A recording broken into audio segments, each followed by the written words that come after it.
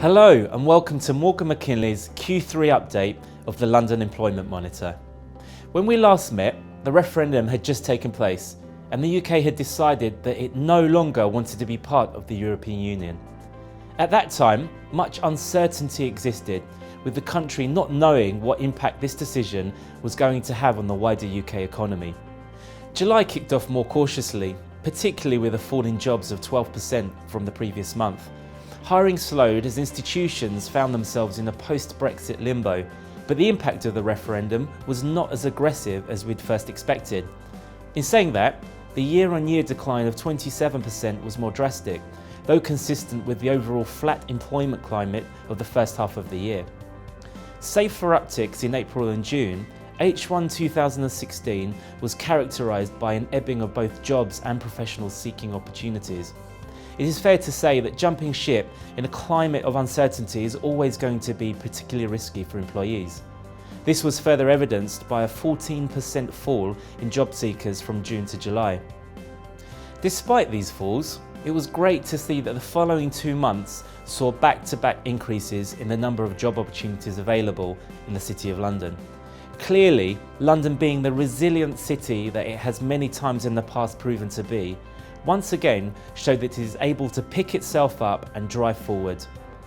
Confidence and positive sentiment trickled back into the markets. Towards the end of the quarter, we even saw the FTSE rise to over 7,000 points for the second time in its history. This level being a psychologically important benchmark for the financial markets. With Theresa May confirming that Article 50 will be triggered in 2017, key negotiation items remain foremost on everyone's mind, one in particular being the retention of passporting rights. Many threats have already come from major banking and financial services organisations, with Lloyds chairman, John Nelson, saying that though he has no intention of relocating its headquarters from London, he has made it clear that the loss of passporting privileges would require Lloyds to move part of its business to an EU member state. It goes without saying that free movement of high-quality financial and related professional services talent across the EU is essential to the UK remaining a leading financial centre. We are already beginning to see the first signs of nervousness seep through, with some organisations retracting offers made to candidates, as well as candidates themselves leaving London and returning back to their home countries in fear of being exiled later on down the line. As the fintech industry vies to revolutionise banking, Britain is determined to lead the charge. The continued rise of the challenger banks and fintech companies, which on the whole boast strong digital propositions, are the driving force in the consumer and corporate banking world. Roles in digital development and design, such as UX designers, UI design and front-end development, remain high in demand. With a strong digital proposition comes bundles of quality customer data. The race to even greater sophistication of customer insight means data engineers, data analysts and data scientists are highly sought after.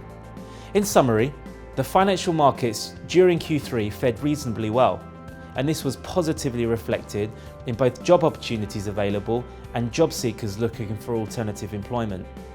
Whilst it is unlikely for this trend to continue throughout the last 3 months of the year, what is certain is that the subject of passporting rights needs swift resolution. Failure to protect passporting and the ability of UK businesses to hire EU citizens freely will certainly have rippling effects on the city employment in the future. I look forward to seeing you again early next year when I reflect on hiring trends within the London markets for Q4. Until next time, goodbye.